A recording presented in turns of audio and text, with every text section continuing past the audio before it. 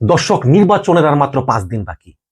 তো এই সময়ে এই বর্তমান সরকারের উপদেষ্টারা, আমলারা, তাদের মনে ভয় ঢুকেছে যে যদি নতুন সরকার এসে আমাদের সঙ্গে ঠিকমতো ট্রিট না করে, যদি আমাদেরকে বিপদে ফেলে, যদি আমাদের দোষ খুঁজে বের করে উপদেষ্টাদের সম্পদে তথ্য জমা দেওয়ার কথা, তা কিন্তু এখনো দেওয়া হয় নাই।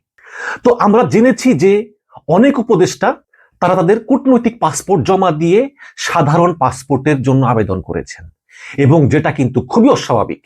সাবেক রাষ্ট্রদূত মুন্সি ফয়েজ বলেন যে এইরকম তিনি আগে কখনো দেখেননি, যে এখন উপদেষ্টা আছেন, মন্ত্রী পদমর্যাদার উপদেষ্টা থাকা অবস্থায় তারা কূটনৈতিক পাসপোর্ট সারেন্ডার করতেছেন, সাধারণ পাসপোর্ট নিচ্ছেন। কেন নিচ্ছেন?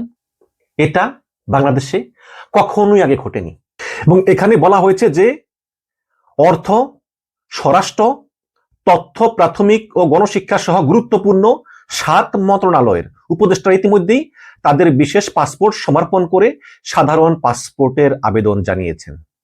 এছাড়া আমলারাও থেমে নেই। প্রধান উপদেষ্টার 2 জন বিশেষ সহকারী, পুলিশের আইজি, পুলিশের প্রধানও কিন্তু দেশ ছাড়ার প্রস্তুতি নিচ্ছেন। এবার আমি আপনাদেরকে বিস্তারিত বলবো, কারণ এই পুলিশ প্রধানকে বিএনপি চায় না। বিএনপি অলরেডি এই পুলিশ প্রধান বাহারুল আলমের বিরুদ্ধে ভেটো দিয়েছে যে বিএনপি মনে করে যে উনি থাকলে নির্বাচন সুষ্ঠু হবে না। তো এই কারণে পুলিশ প্রধান মনে করতেছেন যে কিরে, এই আওয়ামী লীগের সবাইকে জেলে বললাম, আবার বিএনপিও চায় না, তো যার জন্য করি চুরি সেই বলে চোর। তো যাই হোক, এখন এই তালিকায় পুলিশের আইজিপি আছেন, তিনিও যে কোনো মুহূর্তে দেশ ছাড়তে পারেন, নির্বাচনের আগে অথবা পরে। যদি তিনি ম্যানেজ করতে পারেন বিএনপিকে যে হ্যাঁ আচ্ছা আমি নির্বাচনটা করি, তাহলে তারপরে ছাড়বেন। আর ম্যানেজ না করতে পারলে আগেই ছাড়বেন। অলরেডি আমি আসবো এই ব্যাপারে।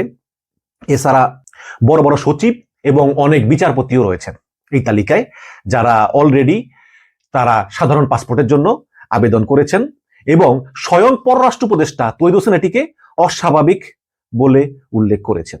এবং আপনারা জানেন যে উপদেষ্টাদের বেশ কয়েকজন আমেরিকা এবং ইউরোপের নাগরিক। নির্বাচনের পরে তারা যাতে দায় এড়ানো বা দুর্নীতির অভিযোগ থেকে নিজেদেরকে মুক্ত রাখতে পারেন, এই কারণেই তারা যাতে দ্রুত চলে যেতে পারেন, এই কারণেই আগাম সতর্কতামূলক ব্যবস্থায় সাধারণ পাসপোর্ট তারা পেতে আবেদন করেছেন।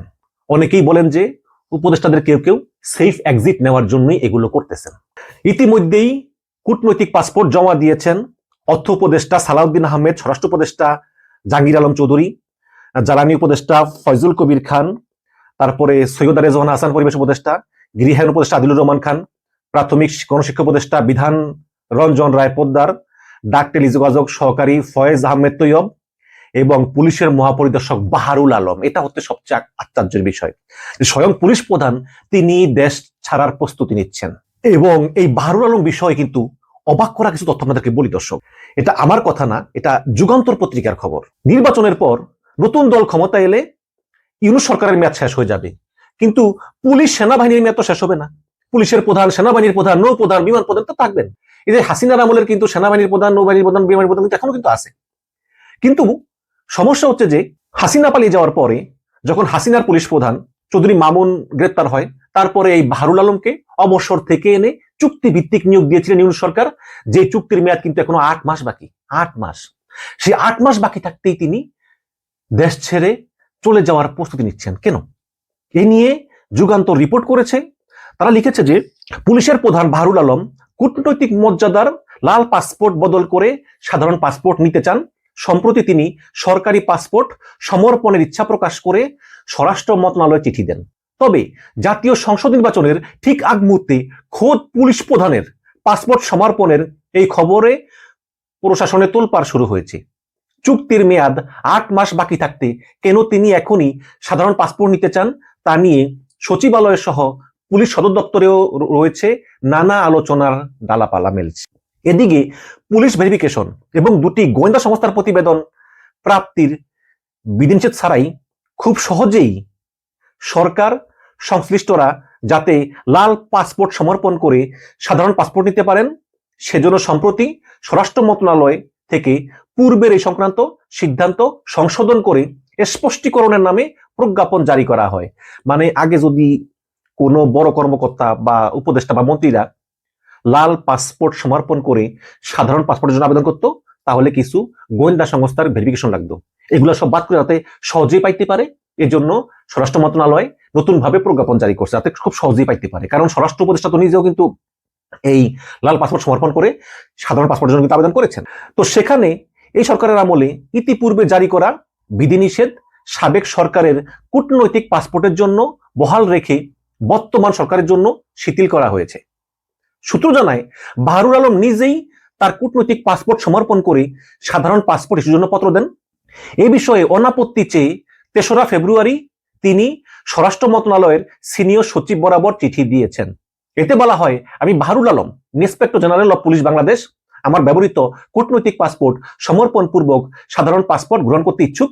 বর্ণিত কূটনৈতিক পাসপোর্টের পরিবর্তে সাধারণ পাসপোর্ট প্রাপ্তির জন্য অনাপত্তি সনদ প্রদানের প্রয়োজনীয় ব্যবস্থা গ্রহণের জন্য বিনীত অনুরোধ করা হলো।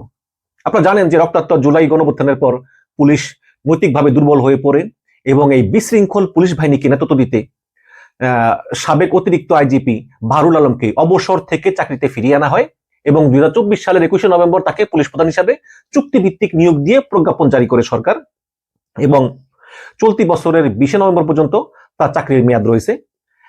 এর আগে অতিরিক্ত আইজিপি মইনুল ইসলাম তিনিও দায়িত্ব পালন করেছিলেন, তিনি বর্তমানে পোল্যান্ডের রাষ্ট্রদূত। অনেকেই বলতেছেন চুক্তির বর্ধিত মেয়াদ পরবর্তী নির্বাচিত সরকার বাতিল না করলে বাহারুল আলমের আরো 8 মাস এই পুলিশ প্রধান পদে থাকার কথা। অথচ মেয়াদ পূর্তির অনেক আগে পুলিশ প্রধানের সরকারি পাসপোর্ট সমর্পণের খবরটা কিন্তু খুবই অস্বাভাবিক। এটা অনেক প্রশ্নের জন্ম দেয়। নাম প্রকাশে অনিচ্ছুক পুলিশের কয়েকজন কর্মকর্তা যুগান্তরকে বলেন যে নির্বাচনের পরপরই তিনি দেশ ছাড়তে পারেন, কেননা নির্বাচনের আগেই তাকে সরিয়ে দিতে গুরুত্বপূর্ণ একটি রাজনৈতিক দলের পক্ষ থেকে জোর দাবি তোলা হয়। তবে ইউনূস সরকার সিদ্ধান্ত নেয় যে নির্বাচন পর্যন্ত তাকে বহাল রাখবে এবং নির্বাচনের সময় এই পুলিশ প্রধানই দায়িত্ব পালন করবেন।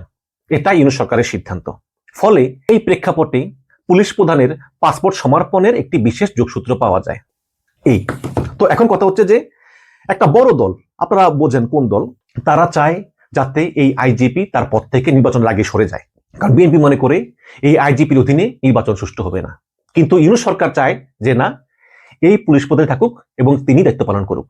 এটা পুলিশ প্রধান জানেন, এবং যেহেতু সবাই মনে করতেছে যে বিএনপির ক্ষমতার সম্ভাবনা বেশি, এই কারণেই পুলিশ প্রধান মনে করতেছে যে বিএনপি ক্ষমতা এলেই তিনি তড়িঘড়ি করে দেশ ছেড়ে চলে যেতে পারে। হয়তো এমন হতে পারে যে 12 তারিখে নির্বাচন হলো, 13, 14, 15 তারিখের শপথ, হয়তো 15 তারিখের শপথ তিনি হয়তো 13, 14 তারিখেই তিনি দেশ ছেড়ে চলে যেতে পারেন, এরকম হতে পারে। তবে এটা খুবই বিরল। এবং দর্শক, মানে খুবই অবাক ব্যাপার হচ্ছে যে ক্ষমতা কি জিনিস দেখেন। এক সময় আওয়ামী লীগ ছিল 15 বছর ক্ষমতায়, সবাই দেশ ছেড়ে পালাইছে। এখন এই উপদেষ্টা পরিষদ বর্তমানে তারাও 1-1.5 বছর ক্ষমতায়, বাট মানে আওয়ামী লীগের মতো পতন না হলেও তারা কিন্তু নিজ নিজ উদ্যোগে তারা দেশ ছাড়ার প্রস্তুতি নিচ্ছেন। তারা ক্ষমতা শেষ হওয়ার পরে এই দেশে আর নিরাপদ বোধ করতেছেন না। কি একটা কালচার না আমাদের বাংলাদেশের। এই কারণেই ভাই ইউটিউবার আছি, ভালো আছি, ক্ষমতার দরকার নেই, যখন মন চায় প্রাণ করে সমালোচনা করতে পারি। এই দর্শক, আপনাদের মতামত কি জানাবেন, আপনারা কি ভাবেন?